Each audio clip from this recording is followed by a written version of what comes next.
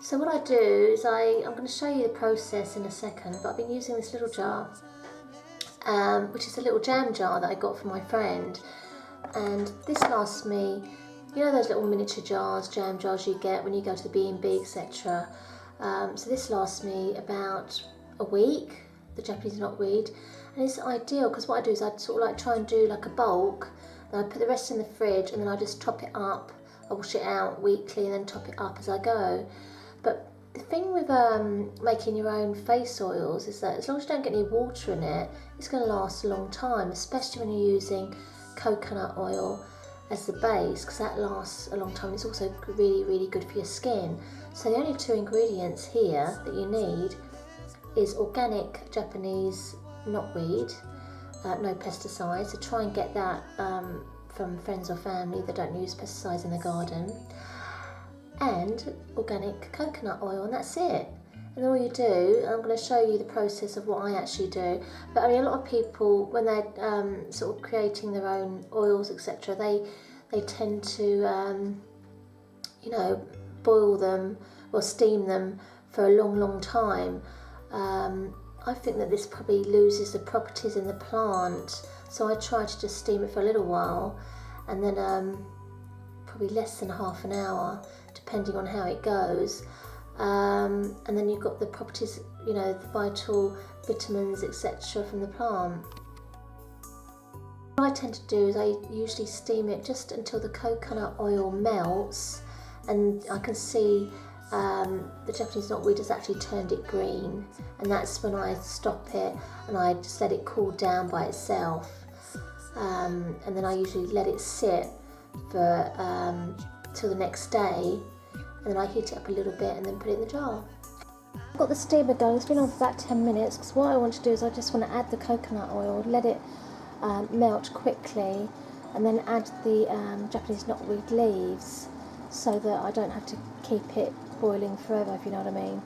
So I've got 2 tablespoons just over of organic coconut oil, and then I've got 4 small leaves of Japanese knotweed. What I'm going to do is I'm just going to cut them up a little bit. See, it's melting, whoops, it's steaming up there. It's melting really nicely. So once it melts, I'm going to stick in the Japanese knotweed, and then I'm going to just wait for it to turn green, and then I'm going to turn it off. So I might give it a bit of a stir. Put the lid back on, I'm going to check it in 5 minutes. So I've left the Japanese knotweed in the coconut oil overnight. Now what I'm going to do is I've just put the steamer on. I'm just going to heat it up gently and just let it melt and then pour it into the jar. I'm just going to keep an eye on it now. I've got the steamer going there. I'm not going to put the lid on because I don't really want any water falling into it. See, that took no time at all, so I'm going to take that off the heat. What I did was I actually washed and sterilised the jar so it's nice and clean. So really, it's really worth probably making a fresh batch every week if you can. You get the full potential of it. So as you can see, it's a lovely sort of light green colour here. Okay, let that cool down. Once it's cooled down, I'm going to stick it in the bathroom, and it doesn't go off. It's got no water in it, so it lasts me a week, which is really good. So there's a Japanese knotweed in there, which I'll just go and chuck down the bottom of the garden with the rest of the Japanese knotweed. I'm going to see if I can find some old videos I've done and add them to this video on Japanese knotweed. But I just recommend you get this book, Invasive Plant Medicine, and it's by Timothy Lee Scott and Stephen Booner. If I haven't pronounced his name, I'm sorry, but I believe that he actually cured himself from Lymes disease, which is something that's very big out in America, where ticks, it's from a tick bite, and it causes a lot of problems with people's health, and we've got it here in the UK as well. So this is really fascinating that Japanese knotweed, the root, been using the root to cure this awful disease, and they say that it also cures arthritis. So I'm going to be digging up Japanese knotweed and finding out if it can help with my creaking knee, and friends and family that have got arthritis, etc., if it can help them. So yeah, keep tuned, keep coming back, share your stories with me, and if you've had Lyme's disease, and if I've said that, or if it's Lyme disease, and you've actually cured it by changing your diet or using Japanese knotweed, I'd love to hear from you. Please leave your comment. And as for this lovely, I love this face oil. I really, really like it because it's so natural. And also the thing that I really love to do, and it's better than any face mask you can get, so I like to use an organic avocado, because I usually eat these sort of like, I try and eat them every day if I can afford them. And I put the avocado that I'm not using from the skin, the inside of the skin, the little bits that's left in there, on my skin as a face mask.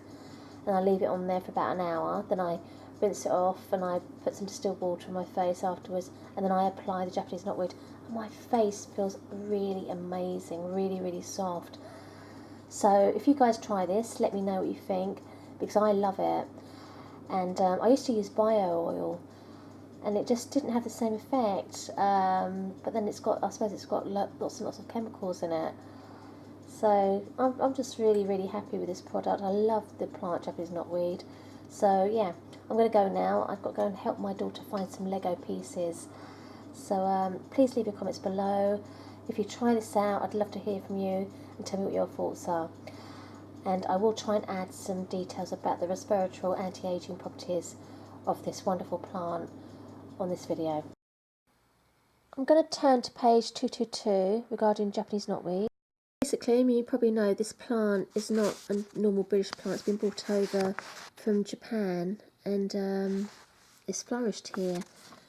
So, and the Japanese have been using it for, hundreds and hundreds of years for medicine.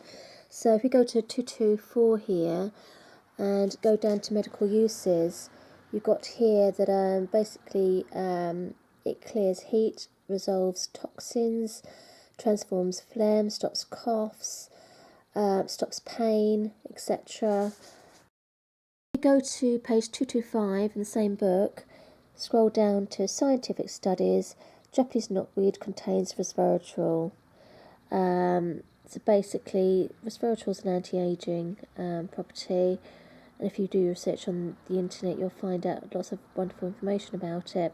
Japanese knotweed has got the highest resveratrol properties of any plant. This plant is actually worthy of 4 patents and is used by the pill companies, all over the world, and they're making hundreds of millions of pounds out of this plant. Yet in the UK here, they're destroying it. It just doesn't make any sense whatsoever.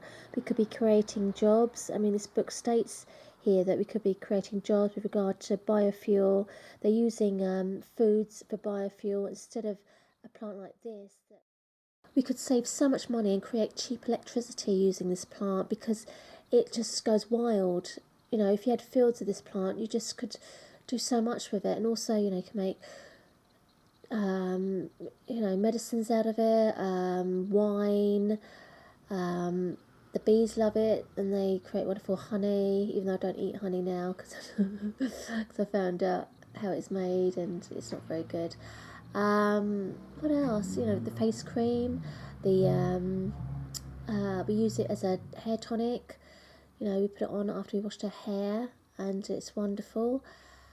Oh, there's so many things you can do with this plant. It's, we need to debate this and just discuss it and, sort this problem out. Try and use it. Stop wasting billions of taxpayers' money on destroying it.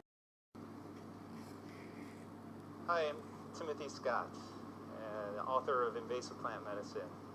I'm here to talk about my favorite plant here, Japanese knotweed.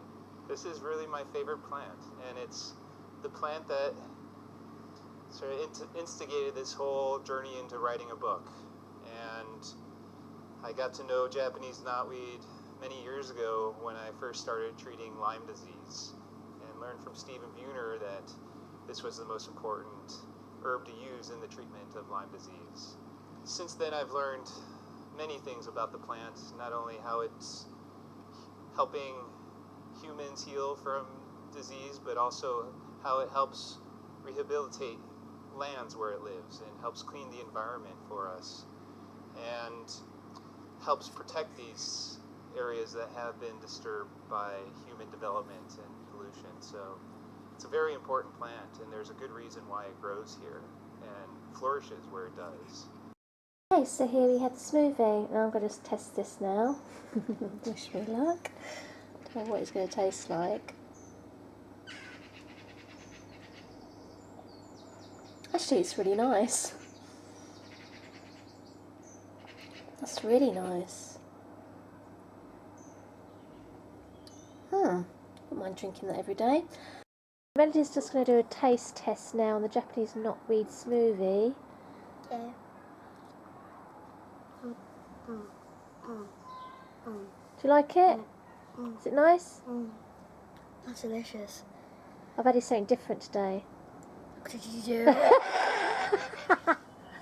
I've added some plantain because it's really good for asthma. So we got 8 Japanese knotweed leaves, 6 plantain leaves, and half a cup of water, one orange, and 2 small bananas. Because I didn't take my inhaler yesterday because I had. Delicious. Yeah? Yeah. Good. Because I had plantain and stinging nettle tea 3 times yesterday and the day before. So breakfast, lunch and evening. And I'm feeling great. So... Can I just say something? Yeah. There are people who eat junk food. This is really good if you drink this because it actually gives you greens. If you don't want to go vegan. Yeah.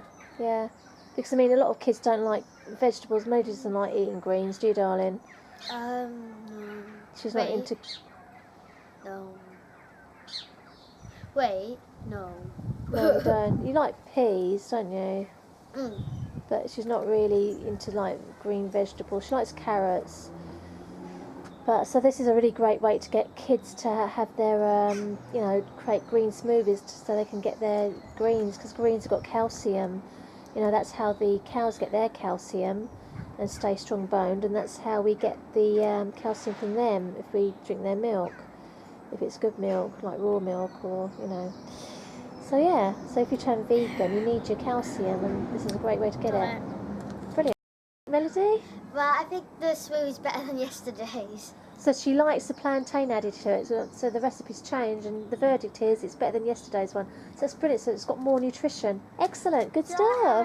Okay, this is the Japanese knotweed parents. As you can see, it's absolutely beautiful. It's so shiny. What do you think, Melody? I love it, and Turn round. I love Star Wars, so it's Princess Leia, but I just did these at the front because I don't really like my Just hair. look how shiny it is, and it's so... How easy is it to brush? It's really easy, you just brush it through. Because Melody's got really, really long hair, and usually with any other shampoo or whatever, it's really hard to brush. I just had a water fight yesterday and it was fine. Yeah, so it's And I'm surprised my hair really didn't get lovely tangled. condition, really shiny. That's Japanese knotweed. Really brilliant stuff. And here are the 2 wines I've made, Japanese knotweed wine. So one's for my neighbour and one's for my dad. I didn't make enough, which is a shame. I've tasted it and my partner's tasting it, he likes it. It's quite dry because I haven't used loads and loads of sugar. So my neighbour actually prefers a sweet wine, but his wife likes dry wine, so I'm going to see if I can make him a sweet wine next time. I really want to make an organic one when I've got the money, using distilled water and organic sugar. I've got the yeast. This did have organic yeast. And of course the Japanese knotweed is organic, fully organic, so I don't use chemicals, etc. So it is part organic, which is good. So yeah, if anybody wants to do like a little wine tasting with me, get in contact.